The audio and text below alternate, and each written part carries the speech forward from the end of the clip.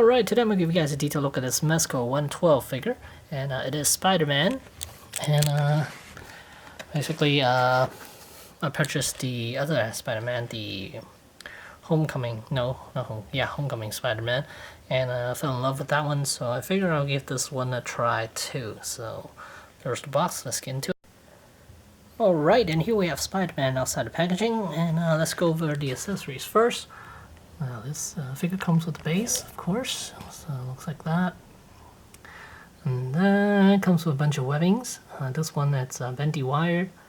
Then that's kind of hard to see, but here are the different webbing this figure comes with. And then we have the web hands, shooting web hands, and then a pair of gesture hands, and then a pair of web holding hands, and an extra Spidey head.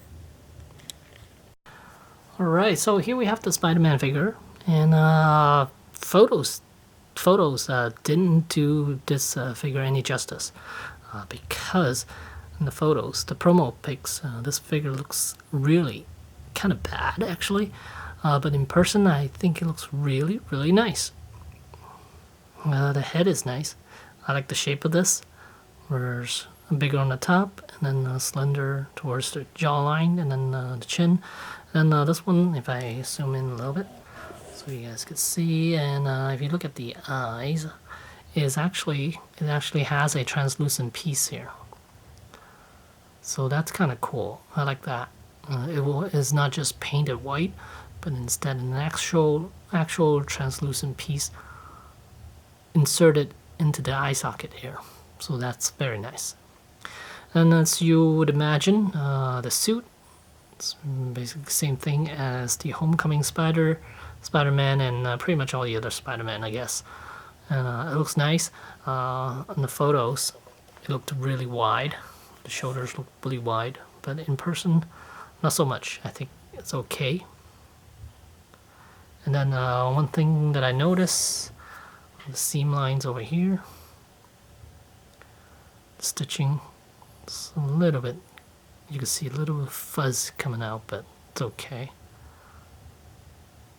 Not too bad actually. And on this side, looks pretty nice. I'm okay with it. And then further down, got some nice thighs, very nice looking thighs, a little chunkier than the other Spider-Man, the Homecoming Spider-Man, because this is more of a comic base, I guess. And I really like the fact that the Spider-Man suit, the suit actually has the gauntlet over the suit itself, so it doesn't bunch up, or it doesn't pull back a little bit. Because I think with the Black Spider-Man, if you pose the arm, the suit does tend to pull back with the arms exposed, but with the plastic gauntlet here, basically seal the fabric suit so it won't move at all. Same with this arm. See, there's the gauntlet right here, a plastic gauntlet that goes over the suit. And then same with the boots. I like that. And yeah, there's the Spider-Man from the front. One thing I noticed is the spider symbol is not really in the center. And on the back is even worse. You can see the spiders actually towards the right side a bit more. And one thing I really like about the Spider-Man is the articulation, especially the legs. Look at how far it goes up. I think you could go even higher if you want to. And yeah, it doesn't snag the suit. The fabric itself, it does tend to snag. If your fingers are pretty rough, then it will snag. But otherwise, it will hold its pose and give you whatever pose you want. And the abdominal section, really good. Look at the ab crunch. But it does bunch up the suit right there. I can arch back quite a bit as well. So arch back. crunch. Yeah, really good as far as articulation. I think the Spider-Man it's really good. So let's give a little pose here, like as he is getting ready to shoot his web here. So something like that. But I guess if you really tug it, you can get him to go something like that, or something. I mean, it's pretty cool.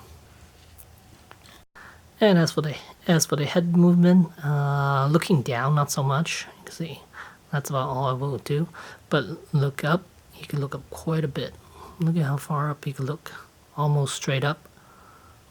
But looking down, it's a little bit troublesome.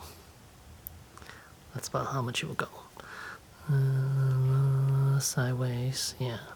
Basically 2 ball joints, one over here, one down here. And then shoulders on ball hinge joint. And he does have double jointed elbows there, which is nice. You already saw the abdominal, and you already saw the hips, basically ball hinge joints. And then there is a thigh swivel, and double jointed knees, and a ball jointed ankle. So typical action figure articulation. But as far as the range, it's pretty decent for Mezco figures, especially for Spider-Man figure. I mean, it has to have really good articulation. So let's get him in the pose. And here is a really, really nice pose. I'm very, very happy that my Spider-Man could do this, which is a landing pose. And if I were to rotate him around, you can see it's basically how he looks from all angles. Great head movement, articulation around the head. It's really good. I really like that. The fact that he could look straight. Look at that. Straight at you. That is really awesome. And I like these gesture hands that this figure comes with, and this one too. Really good. And here's that classic look, I guess, with the squinty eyes. Not my favorite. I do like my Spider-Man with big eyes. Kind of that ultimate look. I really like that. But this one, yeah, not so much. But still nice to have. I mean, if you really want it, then you could do something with it. But personally, I would just pose him with the big eyes instead. So as far as the suit, is this thing gonna last? Who knows? Only time would tell. And I think eventually the suit will crack, because it is just painted on fabric. So when fabric stretch, the paint normally will stretch with it, but over time it'll start to harden, and then it will probably crack. But yeah, let's take a look at it. And then one more look from the back. Stitching is pretty good. Oh, and here, shoulders, you could totally see him bunching up the fabric, and hopefully that'll last. And again, here's the symbol, where it's all the way over to the right. It's a bit disappointing, but oh well. Right, so here's a comparison. We have Mezco Daredevil on the left, and then SHF Iron Spider-Man, and then the Mezco Spider-Man, and then another Mezco Spider-Man, which is the Homecoming Spider-Man, and then all the way to the right is the Marvel Legends Daredevil. So let's focus on the Spider-Mans here. And you can see he is the tallest of them all. And initially, when I doing research about this figure, I was worried that it's gonna be too tall for other figures, because he is a tall figure. Spider-Man usually a little shorter, and this one is pretty tall, pretty much the same height as all the other Marvel characters comic characters. And I was also worried about the shoulders being too wide. And but it turned out great. Very happy with how the figure turned out at the end. And yeah, again, the promo pics didn't do it justice. They actually made it worse. That's why I waited so long to get the Spider-Man, because I was worried that it's gonna look really bad.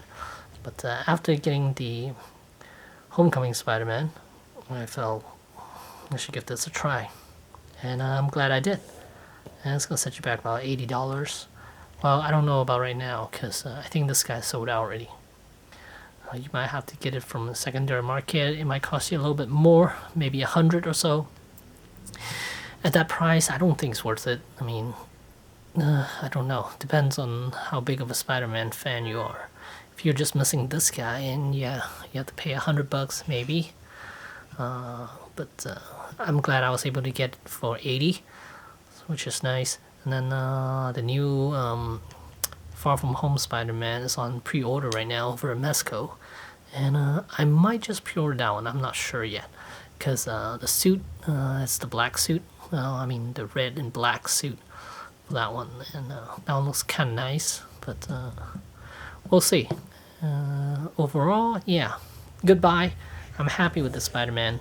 Even though there are minor flaws here and there. But still, a lot better than some of the other figures that cost $80 to $100. So there you go. There's Spider-Man from Mezco. Thanks for watching.